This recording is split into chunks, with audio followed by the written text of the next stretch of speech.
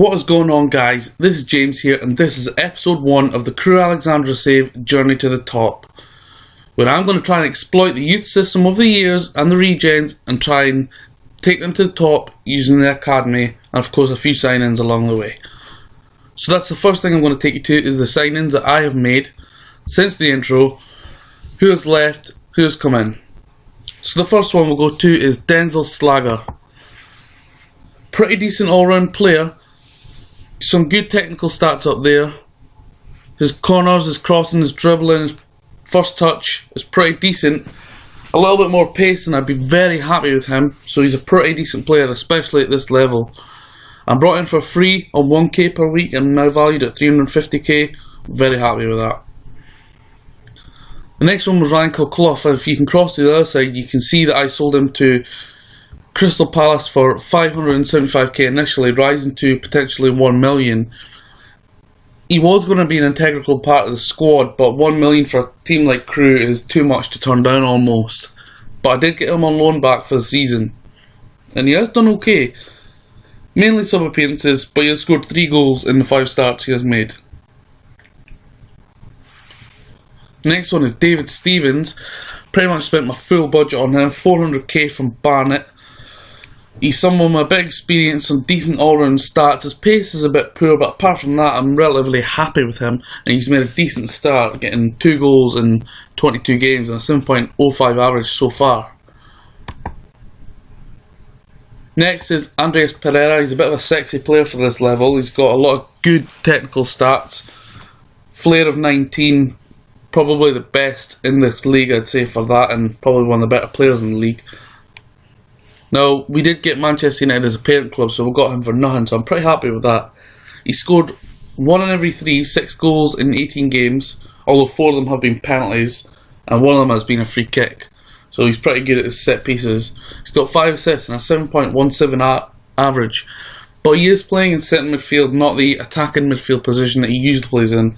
So I'm basically using him in my formation instead of turning my formation to help him.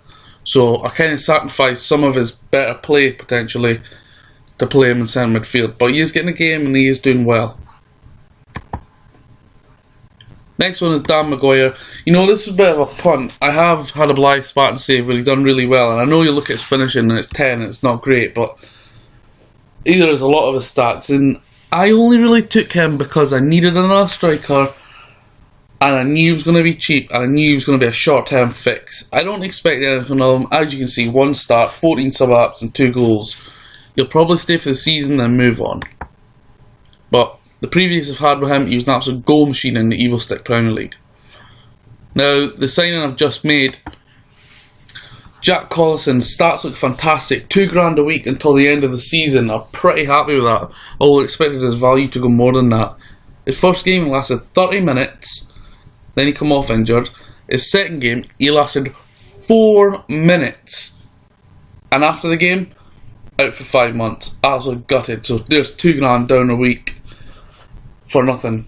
Effectively, the season's going to be over when he does get fully fit. But thankfully, he only gets a new contract if he plays 25 games, which is absolutely no chance. So I'm throwing away money at 2k per week on him at the moment until the end of the season when he leaves at the end of June, and I offered a mutual termination, but he was delighted to get back into football, so naturally turned that down. So it was a waste of money for someone I thought was going to be good, but his injuries have come back to bite me. So Scott Shearer left on a free. I released him, and the only reason I released him is because he was a coach, and it frees up a coaching spot. That's the only reason. If he was just a player, I would have kept him on. Anthony Grant to Fleetwood for 40k, gets his just short of £2,000 off the wage bill. Vladimir Oliver, £160, yes, £160 to Hartlepool. But I've got, I believe, a 50% sell on or something on him. There's a few clauses. As with Andre Brown and Chris Speed, went to Brentford and Bolton respectively. And there are clauses in their future. Brown looked pretty decent, but he didn't want to stay, he wanted to go to Brentford. I would have probably kept him and used him. Chris Speed, I would never have used him. So sold on. I think there's clauses of about 30-40%, something like that on them. As you can see, Ryan Clough. Initial 575k, but $1 million potentially. Probably won't reach that million because his clauses probably won't be activated. But that's my signing so far. Now the media prediction of the club is to finish 23rd, and the board just want me to avoid relegation. So here's the tactics I'm using. This isn't the exact team that I'm using, but it was in the last game due to injuries, etc. And I've tweaked a few things here and there. I have been tweaking a lot of player settings, and in particular spent quite a while doing my set pieces, but that's only in the last 2-3 games, so we'll see how they come about. But that's the way I've set up so far. And we'll just go to my squad, and I will show you a couple of standout players who's been doing well, really. So I've showed you Andres Pereira, he's doing quite well, and I will next go to my favourite one in the team. I'm going to show you who he's wanted by Palace, who also took Clough, and Aston Villa. And I'm going to show you why they want George Cooper. This is the guy I'm able to build my team around. Good at dribbling, good first touch, good at set pieces. His pace is 13, he's improving all the time. Potential to be a Premier League player. 25 starts this season, 8 goals and 7 assists and a 7.08 average.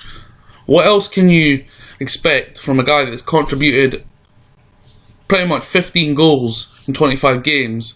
He's only on £200 per week, he's able to play with both feet, and he's now got a national reputation. He's literally just turned 18 with about a month ago or something, and he looks quality. I do not want to lose him. I've got a bad feeling it's going to be a case of Villa, Palace bidding £1 million or whatever, and the board accepted on your behalf comes into play. I'll be gutted if and when that happens. I really don't want him to go, and I would reject pretty much any offer, because when I do, and if I do make it to the top, the journey to the top, I want him to be the main man in the team. That's George Cooper. Really good player that I think you should look at if you're playing in the league or championship football.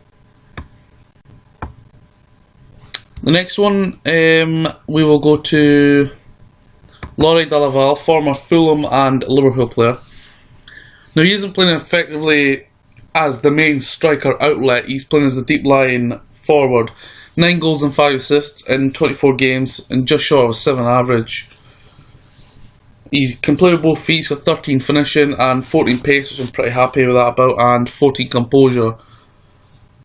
I think if I played him as more like a poacher or advanced forward, I think he would score more goals, but I like to see him coming deep and creating more play.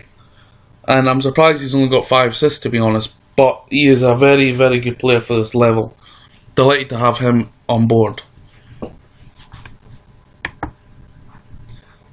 We'll show you the progress of Callum Saunders, who went on a bit of a barren run, to be honest. I'm pinning a lot of hopes on him. He's only scored 5 goals in 20, but his composure, his finishing are pretty decent. And I think I'm going to try and keep him and take him a long way with me also. Same with Fraser Murdoch, he's got pretty much similar stats, and I'll try and do the same with him. We've got Ross Perry on trial. He wants a bit too much wages. I don't think I'll sign him. I think I'll probably pass. Former Rangers player. So we'll go to the competitions and show you how I've been getting on. So we got knocked out of the Johnson Pace Trophy quite convincingly, actually, to Shrewsbury at home. I think it was 3-0. We got knocked out in the Capital One Cup away to Bournemouth. Now we lost 2-1 and they dominated the game, but we had closed them out quite well until late on. And I was quite proud of that performance, actually. In particular, after the first round of the Capital One Cup, we knocked out Bolton away. Obviously in a league above us, but they played a 16-year-old goalkeeper who was UC Askelainen's son, Willie, I think his name is. And I basically exploited him. I basically told my players, mark him, close him down. He's 16, he's going to be vulnerable, he's going to make mistakes, and that is exactly what happened. So you can see the league table there, but I'm going to go to my schedule first and show you how I got on. So the opening few games were pretty decent, only losing in the Capital One Cup and the Johnston's Trophy, which of course, for me, the cups are important, but not that important compared to the league status. And just a reminder that the board just want us to stay in the league, really. So we went on quite well. We did lose back-to-back games against Yeovil and MK Dons, who do you expect to be up there. Now look at this, guys. After a 3-0 victory at home to Colchester. Oh, please do excuse me about that, guys. We had, I don't know what's that, about 12 games or so? 1, 2, 3, 4, 5, 6, 7, 8, 9, 10, 11, 12, 13, 14 games, something like that. And you can see the draws, look at them. There's 8 draws there. But there's only 2 defeats in the league. I know 8 draws isn't great, and I've only won the 2 FA Cup games that you can see. But there's only 2 losses. Now, how do you look at that? I mean, I'm a team that, yes, I was sitting 3rd in the league for a while, and I'm not anymore, of course, but I'm expected to finish 23rd, and if you're in 10 games only losing 2, that is okay, but a couple of wins on there would have made me a lot happier, of course. So we haven't won in 10 games, but we've only lost twice against Sheffield United, which is no shame, and a disappointment against Chesterfield, I guess. I would like to win that one, but it's not too bad. And we've got a couple of tricky games coming up in a row, actually. We've got Scunthorpe, Bristol City, Oldham, Preston and Doncaster. So we'll go to the league and we'll show you how we've been getting on. So as you can see, we're sitting there 8th in the league. 19 games played, 7 won, 8 drew, 4 losses, 33 scored, 26 conceded and 29 points. So I'm relatively happy with that, considering the board just want us to stay up. We were predicted to finish 23rd, and we were up higher for quite a bit this season so far. But 19 games in, I'm relatively happy with that. The only thing is, I really want to get a win under my belt quick as possible with that 8 draws and 2 defeats in the last 10. But so far, so good. I'm happy with that. And who knows, we could even possibly sneak into the playoffs come the end of the season, but that's a long, long way away. What, 27 games away yet? So, plenty of football left to be played. And that's about it, guys. Now, other than that, all I can say really is that I've been offered a new contract, and I've signed a new 5-year contract on £400 a week, saving the club money, of course, so that is good. Anyway, guys, this is episode 1 of The Crewe, Journey to the Top. Thanks for checking it out. Check the intro, check the next episodes. Thank you.